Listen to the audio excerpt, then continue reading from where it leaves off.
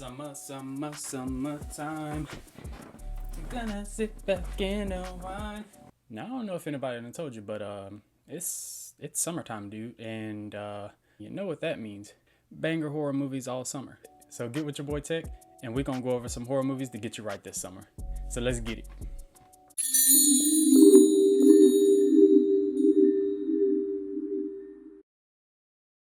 What is going on, spooky gang? I just hope y'all have an amazing day, a blessed day. It is a lovely day and an even better day to be a part of the spooky gang. So if you haven't already, go ahead, subscribe to the kid. We're on the road to 1K subs. Ain't nothing wrong with you subscribing to the gang, you know what I'm saying? Listen, we gonna take over the horror scene. It's only a matter of time. So it's best that you go ahead, subscribe now. I'm always coming out with horror bangers, and we'll continue to do so. And the more subscribers we get, the more people that get blessed with this good old content. So like I said, y'all go ahead, subscribe. It means a lot to me, and really it makes an impact in how the channel grows. And so judging by the title of the video, we're talking about summer horror movies. Not too many things could beat summer vibes. So to have some good horror movies to watch while you on summer vacation, chilling, or you just want some, or just movies that are reminiscent of summertime, and that's what we got for y'all today. Like, these are the type of movies that should remind you of being fresh out of school for the summer. You wake up super early, you make a fat ass bowl of cereal.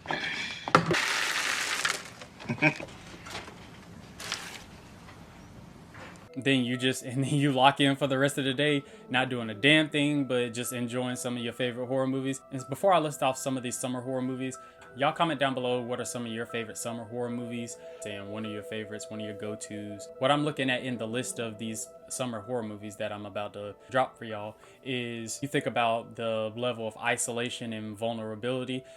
Traditionally with a lot of summer movies, they involve some form of going on a vacation and being isolated, and with cabins and beaches and all that good type of stuff. And then there's the aspect of like being adventurous. A lot of those summertime-ish type horror movies have a lot of adventure going on, and exploring different areas that haven't been discovered before, or places that have like no trespassing, and you shouldn't be going, but of course as a horror movie you gonna go anyway, and an element of like nature's dangers. So when you think of a lot of horror movies and going camping, then you have different wildlife, or going to the beach, then you have sharks, so many different elements. So those are the type of things that I'm looking for from like an analytical perspective. But so let's go ahead and dive into some of those movies right now. So the first movie or movie franchise that I want to talk about is the Friday the 13th movie franchise. I've talked about this franchise a few times on this channel before, and it's clearly one of my favorite franchises. But Friday the 13th just does so many aspects well that really remind you of summertime and going camping, and really just being a lot of banger slashers. Typically in a Friday the 13th movie, there's going to be camp counselors, and they're usually preparing for reopening a camp, or they're usually at some type of cabins or lodge, which is very reminiscent of what we experience during summertime.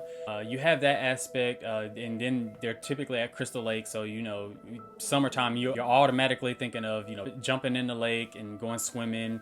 Friday the 13th movies are almost perfect setting wise for the most part.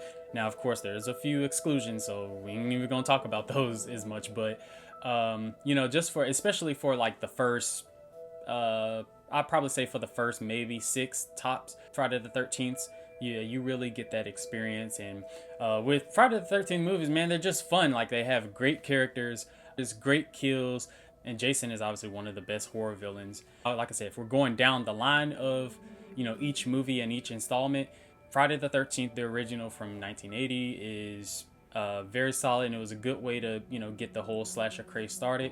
It's actually one of the first movies that really started to introduce that real slashery, basically slashers as we know them today.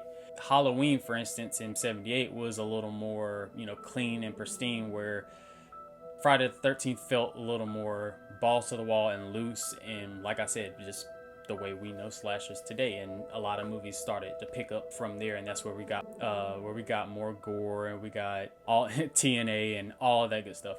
Like I said, looking down at the franchise, so part 1, cool. Part 2 is probably the best Friday the 13th out of all of them. 3 is probably my favorite. The setting of Higgins Haven, just everything about that is banger. 4 is really good. 5, 6 is the movie that actually has kids at camp. Friday the 13th is definitely a franchise that deserves to be listed when we're talking about summer horror movies for sure. The next franchise that I want to talk about is the Sleepaway Camp franchise. So for me, the Sleepaway Camp franchise from the very beginning does what we kind of wanted in our Friday the 13th, starting like part 6 where I said there's kids at camp. At the very first Sleepaway Camp, it's nothing but kids at camp and teens and camp counselors. It really feels like summertime. You can like really picture yourself, being at that camp, running around, playing tag and doing all these different activities. So you have all of that, and then you add a slasher whodunit element to it.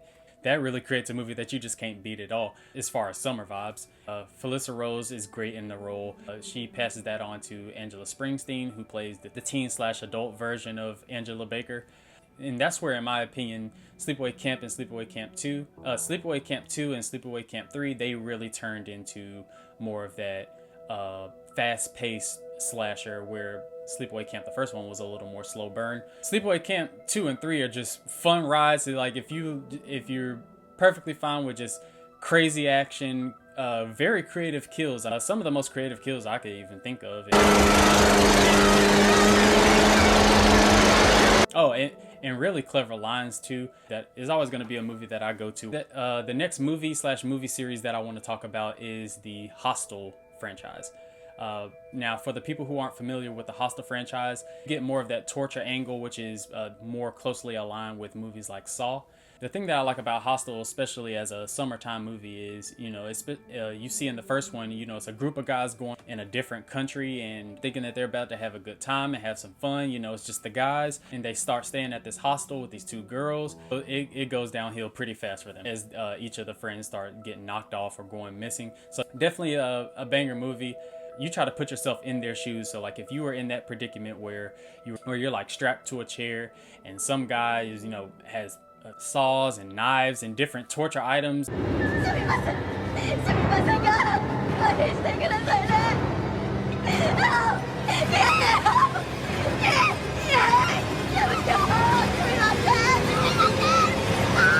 Just simply there to torture you, and they actually pay to be able to torture you. That concept right there is just wild to me. But definitely one that I really enjoy, and I enjoyed part 2 and I enjoyed part 3. I know a lot of people aren't the biggest fan of part 3, but all 3 of them are bangers to me, so you really can't go wrong with the Hostel franchise. So definitely check that out for shit show. The next movie that I want to talk about is The Descent. Pretty much follows this group of girls, and it goes to the adventurous aspect of summertime horror movies where they want to go caving. And through them going caving, of course, you can imagine that they're going to sort of lose their way, and they need to try to figure out the path and how to get back to the surface. But also in the process of them trying to find their way back to the surface, some other things that are down there with them.